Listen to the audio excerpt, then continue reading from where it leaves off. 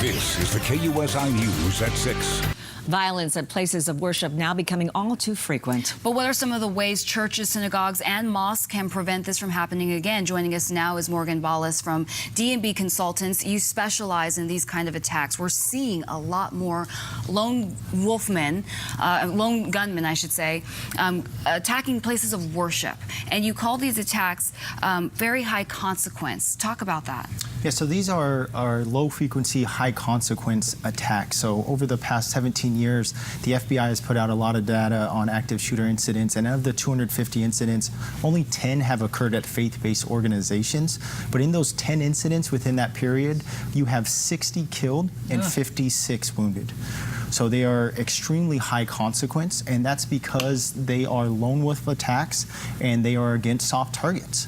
When I'm worshiping with my family at church, I am there to worship. I am not as aware of my surroundings, and a lot of times these attacks, they start within what we would typically consider a safe space. So it's at a very close distance.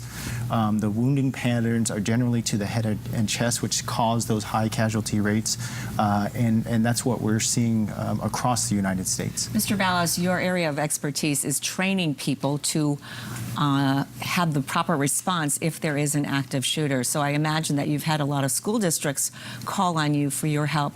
Do we now have to ask our places of worship, our churches, our synagogues, our mosques, to also be prepared for active shooters and learn those trainings too?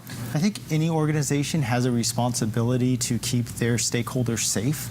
And so I absolutely think that is a need that needs to happen. Even though it's a lower frequency than other emergencies, it's something that we need to understand that the consequences are extremely high. An options-based response is the preferred method.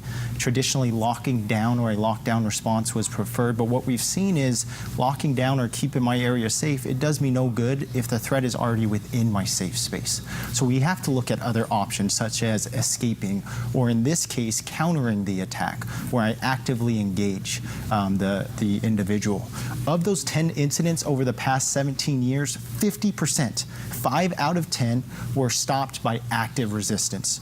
3 of them were from unarmed parishioners, and 2 of them were from armed parishioners. So somebody just trying to take the suspect down forcefully? Absolutely. It's a very personal decision, but based off of the distance and the close contact of these events, it is what we have seen statistically the most consistent option, because they're over in a matter of minutes. We're hearing about shootings so often. I think many of us are already preparing in our minds to be in a position where we have to take down the gunman.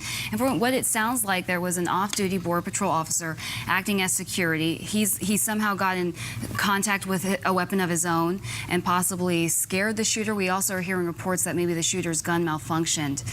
Thank God, because one person killed is already horrific, but if there could have been more. Another thing, you had mentioned organizations that have a responsibility. What role does social media play in this? Because we've already learned that the investigators are now investigating digital evidence for things that he might have said in the past. His Facebook page has been deactivated. There was a manifesto online. What can we do about this? I think that social media there's both pros and cons to it. The pro is that these individuals, they want recognition. They want to gain that notoriety, and so they use social media as that platform. So what it gives us is it gives us the opportunity to prevent these incidents from even happening. The manifesto apparently was online for over an hour and a half. If one person would have taken the time to call local law enforcement or federal law enforcement, there could have potentially been a bolo out for that individual and his suspect, and we may not be sitting here today discussing this incident like we are. The other side of that is that social media is being used to live stream these incidents, such as what happened in New Zealand. So they create a platform to try to go bigger and better, which is what these individuals want. Should organizations such as churches actually try to do more than react to an incident, maybe even take stronger measures like put metal detectors up in front of their doors, or have some people designated as carrying firearms in case someone walks in?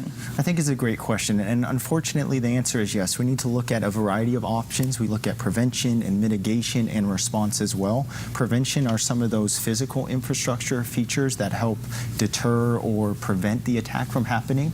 Mitigation happens with our training our church staff. If I have a security ministry, or if I even have people in the parking lot, and I see someone walking up with a rifle, it gives me the opportunity to warn of a potential attack. So it's a security in depth. And then response training absolutely needs to happen, especially for our children or our youth ministries or for K-12 organizations, because the consequences are so high. All right, Morgan Ballis, thank you so much for joining us and lending your expertise. You know, Sasha, this comes 6 months since to the day of the synagogue shootings in Pittsburgh, and then since then we've seen the bombings in New Zealand. We've seen what happened in Sri Lanka. It's a reality for these places of worship that it's just so sad. Let's hope it doesn't become the new norm. Thank you. Thank you.